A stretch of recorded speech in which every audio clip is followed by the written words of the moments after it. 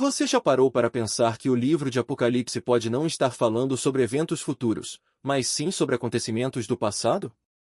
Essa é a visão preterista, uma interpretação bíblica que defende que as profecias do Apocalipse se cumpriram no primeiro século, no contexto da destruição de Jerusalém e do Império Romano. Se isso for verdade, pode mudar completamente a forma como enxergamos esse livro tão enigmático. Vamos analisar alguns pontos fundamentais dessa interpretação e entender por que tantos estudiosos acreditam que João estava falando do seu próprio tempo, e não do fim do mundo.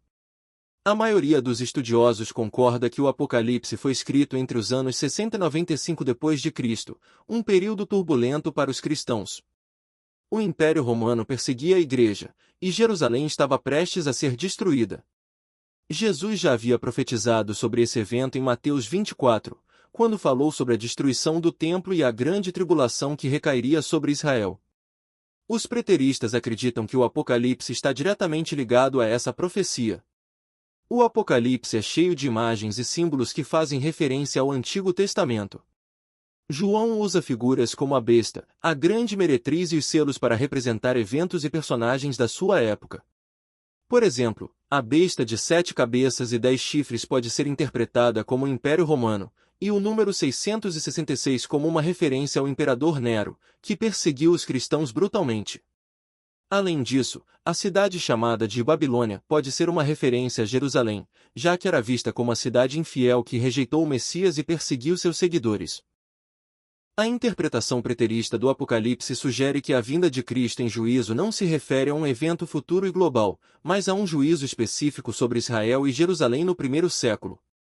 Muitos estudiosos apontam que Jesus, em Mateus 24, profetizou a destruição do templo, e essa profecia se cumpriu no ano 70 d.C., quando os romanos devastaram a cidade. A expressão vindo sobre as nuvens era frequentemente usada no Antigo Testamento para descrever atos divinos de julgamento contra nações rebeldes, como em Isaías 19:1. Isso sugere que a vinda de Cristo em juízo pode ter sido uma manifestação do seu poder e autoridade ao permitir que Jerusalém sofresse as consequências de sua rejeição. Além disso, a linguagem do Apocalipse reforça essa ideia. Cristo aparece como um rei vitorioso, trazendo julgamento sobre aqueles que perseguiram seu povo. A destruição da Cidade Santa foi vista como o fim da antiga aliança e a consolidação do reino de Deus através da nova aliança.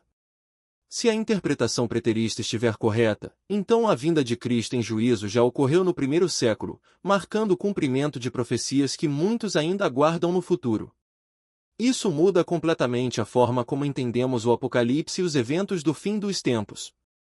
Outro argumento forte dos preteristas é que o Apocalipse deixa claro que os eventos descritos aconteceriam em breve. Veja alguns exemplos. As coisas que em breve devem acontecer.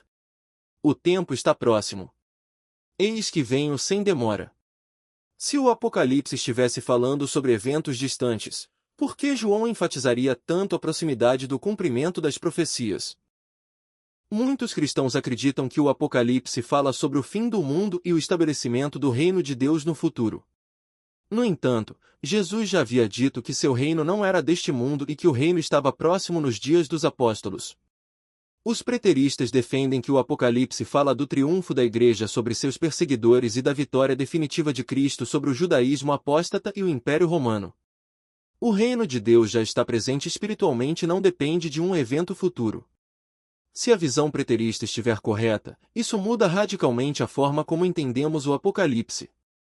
Em vez de ser um livro de terror sobre o fim do mundo, ele seria uma mensagem de esperança para os cristãos do primeiro século, mostrando que Deus estava no controle e que a perseguição deles teria fim. Isso não significa que o Apocalipse não tenha lições para nós hoje. Ele nos ensina sobre a fidelidade a Deus, o perigo do pecado e a certeza de que Cristo reina. E você? Acredita que o Apocalipse fala do passado ou do futuro? Deixe sua opinião nos comentários e compartilhe este vídeo para continuarmos essa discussão.